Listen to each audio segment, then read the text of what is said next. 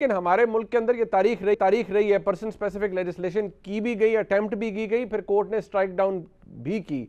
आपको मुझसे बेहतर पता है सर, ये जो भी अमेंडमेंट्स हुई हैं, बहुत ज़्यादा अगर हम स्पेसिफिक डिटेल्स के अंदर जाएं, एक जो सबसे बड़ा एतराज़ है वो ये है कि आपने नैब को सिरे से ही टूथलेस कर दिया है।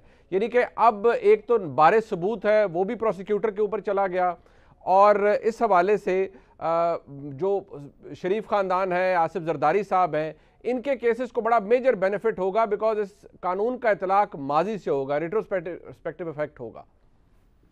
जी मुनीब, बहुत शुक्रिया। मैं सुन रहा था अभी फवाद चौधरी साहब के जो तहफ़्फ़ुज़ात थे वो हमारे।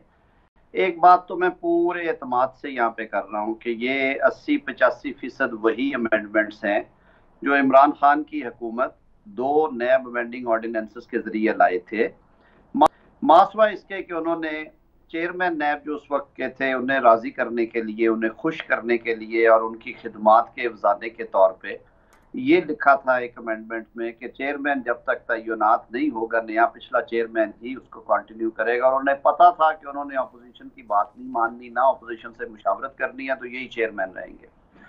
रही बात, सबसे पहला एतराज जो सदर साहब ने अपनी चिट्ठी में लिखा और जो आज भी वो कर रहे हैं वो बारे सबूत है। मुझे अफसोस है चौधरी फवाद, बावजूद इसके कि वो अब सियासत में बहुत ज्यादा अरसे से हैं, लेकिन वो वकालत में रहे हैं। बारे सबूत दुनिया में कहीं पे मुल्जम पे नहीं आता जब तक कि प्रोसिक्यूशन उसे बादी नजर में एक दफा साबित ना करे या एक दफा वो नजर बनाए ना केस।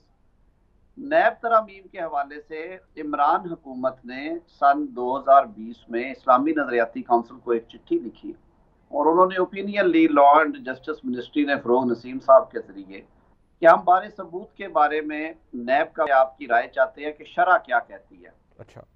उन्होंने इन राइटिंग दी और हमने वो असेंबली के फ्लोर पे मैंने वो पढ़ के सुनाई थी जब सदर साहब के एतराज़ात का मैं जवाब दे रहा था।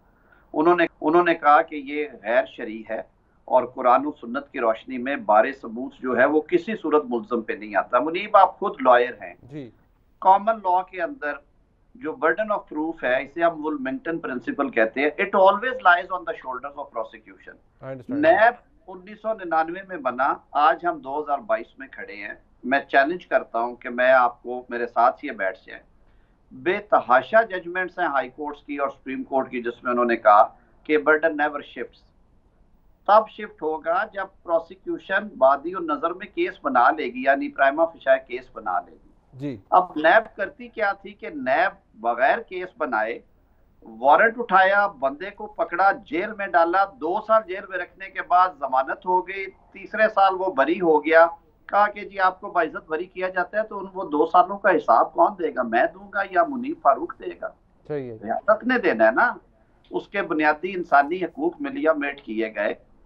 आपके बारे में अदालतों ने लिखा कि नैब जो है ये पॉलिटिकल इंजीनियरिंग के लिए इस्तेमाल हुई है। हमारी हिस्ट्री है, मैंने आज असेंबली पे ये बात की थी कि पहला जो नैब ने कारनामा सर अंजाम दिया वो 2002 के इलेक्शन थे।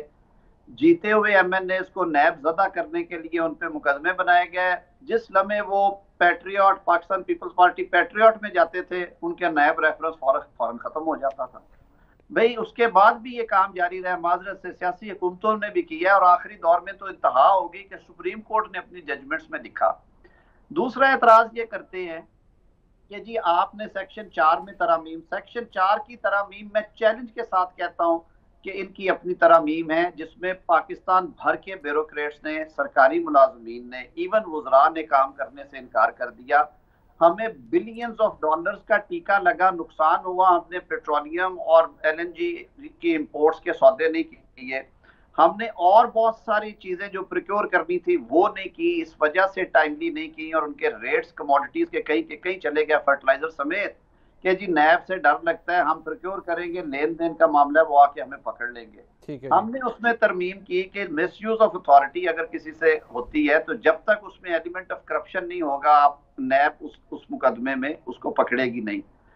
इसी तरह लिखा कि जब तक ये जो काबीना के ईसीसी के फैसले हैं, जब तक इनमें करप्शन साबित नहीं होगी, कलेक्टिवली आप इनको रिस्पॉन्सिबल नहीं, आपने मुल्क चलाना है या आपने जेलें भरनी है अपने सियासी मुखालिफ। सर ये बातें जो आपने फरमाई हैं ये थे कि ऑन रिकॉर्ड तो ठीक है, चले ये एक और मैं बहसियत कानून के तालिब इल्म के भी समझता हूँ कि नैब ऑर्डिनेंस के अंदर there were some major flaws, ठीक है, ये पाकिस्तान तहरीक इंसाफ के वक्त में भी प्रपोज की गई